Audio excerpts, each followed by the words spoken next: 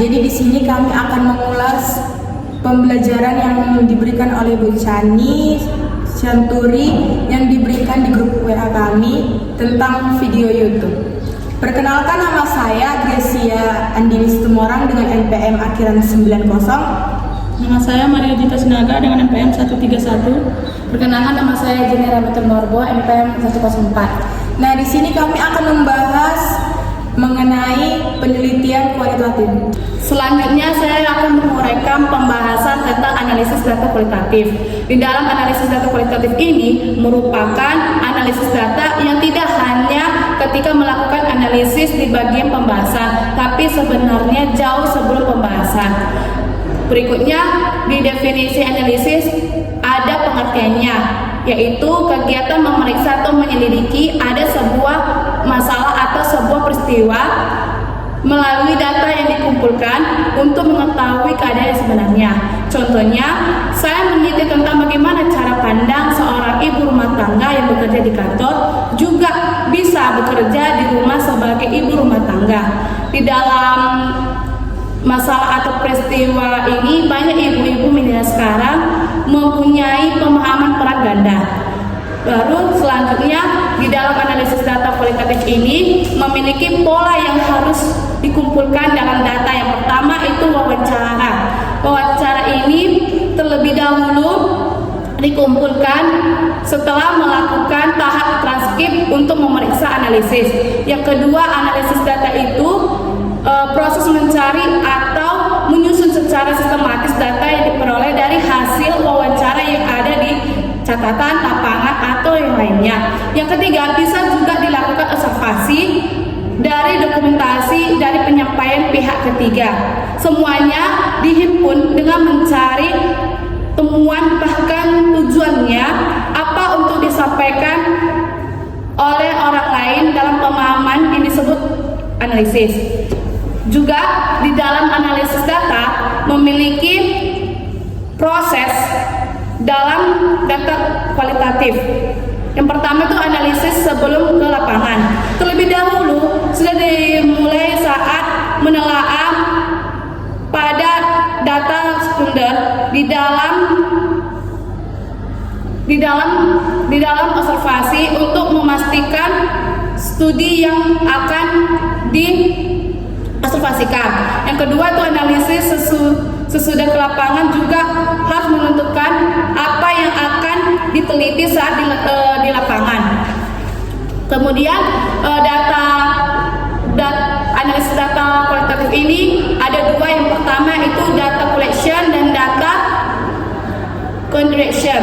Data collection ini dilakukan dengan pengumpulan data melalui wawancara, observasi, dan dokumentasi dengan merekam atau mencatat atau mengabdikan saat melakukan peneliti. Yang kedua itu data collection ialah proses memilih atau memanfaatkan maupun menyedarkan seluruh observasi dari catatan pada saat melakukan observasi secara tertulis maupun transkrip wawancara. Nah, itulah beberapa video uraian yang dijelaskan oleh teman kami. Selanjutnya, soal yang kedua, pengetahuan apa yang didapat melalui video tersebut. Nah, tadi teman kami sudah membahas tentang menganalisis data, bahwa menganalisis data itu memiliki arti sebelum kita terjun ke lapangan, kita harus menganalisis beberapa data yang telah dikaitkan oleh judul penelitian kita. Contohnya, kita ingin meneliti seorang ibu yang memiliki kepribadian ganda tersebut, yang dimana dia sudah memiliki pekerjaan di rumah dan juga pekerjaan di kantor. Nah, kita harus meneliti data ataupun menganalisis data tersebut sebelum kita terjun ke lapangan tersebut. Nah, maka dari itu menganalisis data ini bukan berarti kita hanya mencari data-data pas saja kita membahas, tetapi kita harus mencari atau menganalisis data-data sebelum kita terjun langsung untuk mewawancarai seorang ibu tersebut.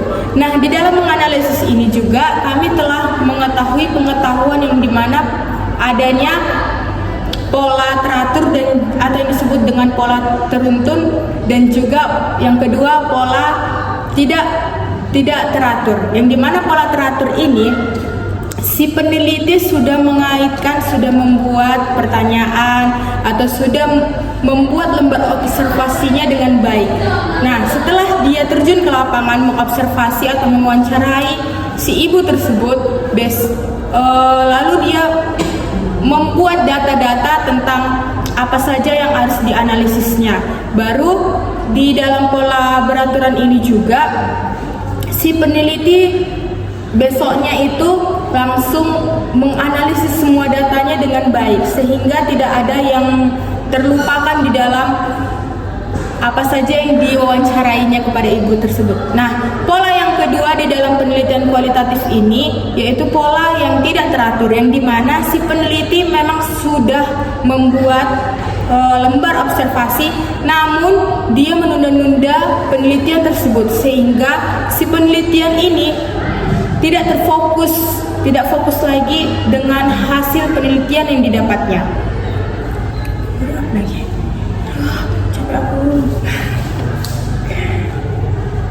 Nah, di analisis data ini bukan hanya untuk memeriksa atau menyelidiki data lapangan saja, tetapi bisa melihat dari analisis data seperti contohnya seperti deskripsi ataupun jurnal-jurnal yang sudah ada di Google ataupun website yang lainnya.